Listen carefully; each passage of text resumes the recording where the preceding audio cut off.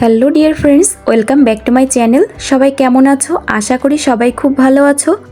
আজকে নিয়ে এলাম মজাদার ডাবের পুডিং রেসিপি, যা একবার খেলে বারবার খেতে মন চাইবে। আজকের এই ক্রিমি ডাবের পুডিং রেসিপিটি কিভাবে বানিয়েছি সেটাই তোমাদের সাথে শেয়ার করব।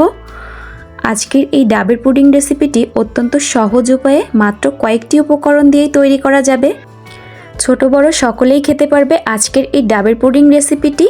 তো প্রথমে এখানে নিয়েছি একটি নারকেল, কচি নারকেল ডাব। তো খোসাটা ছাড়িয়ে পরিষ্কার করে নিয়েছি। পুডিং বানানোর জন্য একটু শাঁসওয়ালা ডাব নেওয়াই ভালো, কারণ পুডিংয়ের উপরে যখন ডাবের মালাইগুলো দিব তখন দেখতে আরও সুন্দর লাগে এবং খেতেও ভালো লাগে। তো এবার আমি একটা ছুরি দিয়ে ছিদ্র করে নিচ্ছি, নিয়ে জলটা বের করে নিচ্ছি। তো এখানে 2 কাপ পরিমাণ জল হয়েছিল। তো এবার জলটা ছেঁকে নিব। জলটা ছেঁকে নেওয়া হয়ে গিয়েছে। তো এবার ডাবের ভেতর যে মালাইটা আছে, তো মালাইটা এবার আমি একটা চামচ দিয়ে তুলে নিচ্ছি। তো আস্তে আস্তে তুলে নিচ্ছি যাতে ছিঁড়ে না যায়। তো ডাবের শাঁসটা তুলে নিয়েছি। তো এবার ছুরি দিয়ে মাঝখান বরাবর কেটে নিচ্ছি। তারপর হার্ট শেপ করে আমি সুন্দর করে হার্ট শেপের ডিজাইন করে নিচ্ছি। পুডিংটা দেখতে আরও বেশি সুন্দর লাগবে।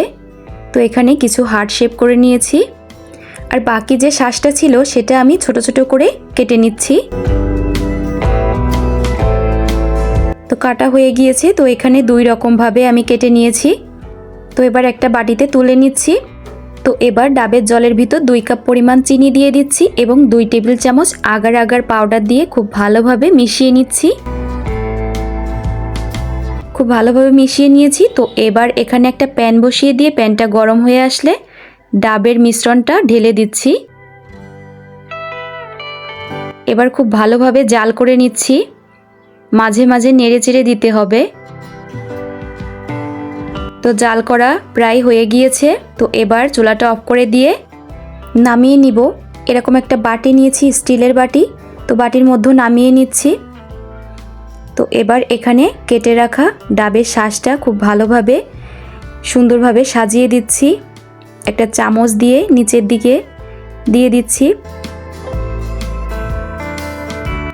তো এবার উপর থেকে বাকি যে নারকেলটা ছিল, নারকেলের শাঁসটা উপর থেকে ছিটিয়ে দিচ্ছি। তো আবারও একটু চামচ দিয়ে ভালোভাবে সেট করে নিচ্ছি এবং বাকি যে নারকেলের শাঁসটা ছিল উপর থেকে দিয়ে দিচ্ছি। এবার আধা ঘন্টার জন্য ফ্রিজে নর্মাল টেম্পারেচারে রেখে দিব। তো আধ ঘন্টা পর ফ্রিজ থেকে বের করে খুব ভালোভাবেই সেট হয়ে গিয়েছে। এবার একটা ছুরি দিয়ে চারিপাশটা ছাড়িয়ে নিচ্ছি। তো একটা প্লেট নিয়ে উপর থেকে আমি ঢেকে দিয়ে পুডিংটা নামিয়ে নিচ্ছি।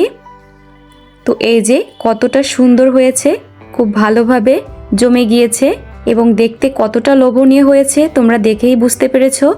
সুস্বাদু এই ডাবের পুডিং ডেজার্ট রেসিপিটি ঠান্ডা ঠান্ডা পরিবেশন করলে এত মজার লাগে, যা একবার খেলে বারবার খেতে মন চাইবে এবং মুখে দেওয়ার আগেই মিলিয়ে যাবে। ছোট বড় সকলেই খেতে পারবে আমার আজকের এই মজাদার ডাবের পুডিং রেসিপিটি।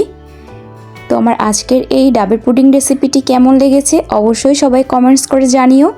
তোমাদের একটি লাইক এবং একটি কমেন্টস আমাকে অনেক বেশি উৎসাহ দেয়। তো আমি একটু কেটে দেখাচ্ছি ঠিক কতটা পারফেক্টভাবে ডাবের পুডিংটা সেট হয়েছে। তো এই যে একদম পারফেক্টলিভাবে ডাবের পুডিংটা সেট হয়েছে।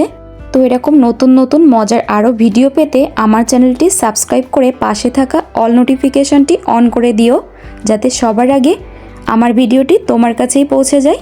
তো আমার আজকের এই ভিডিওটি এই পর্যন্তই। সবাই ভালো থেকো, সুস্থ থেকো।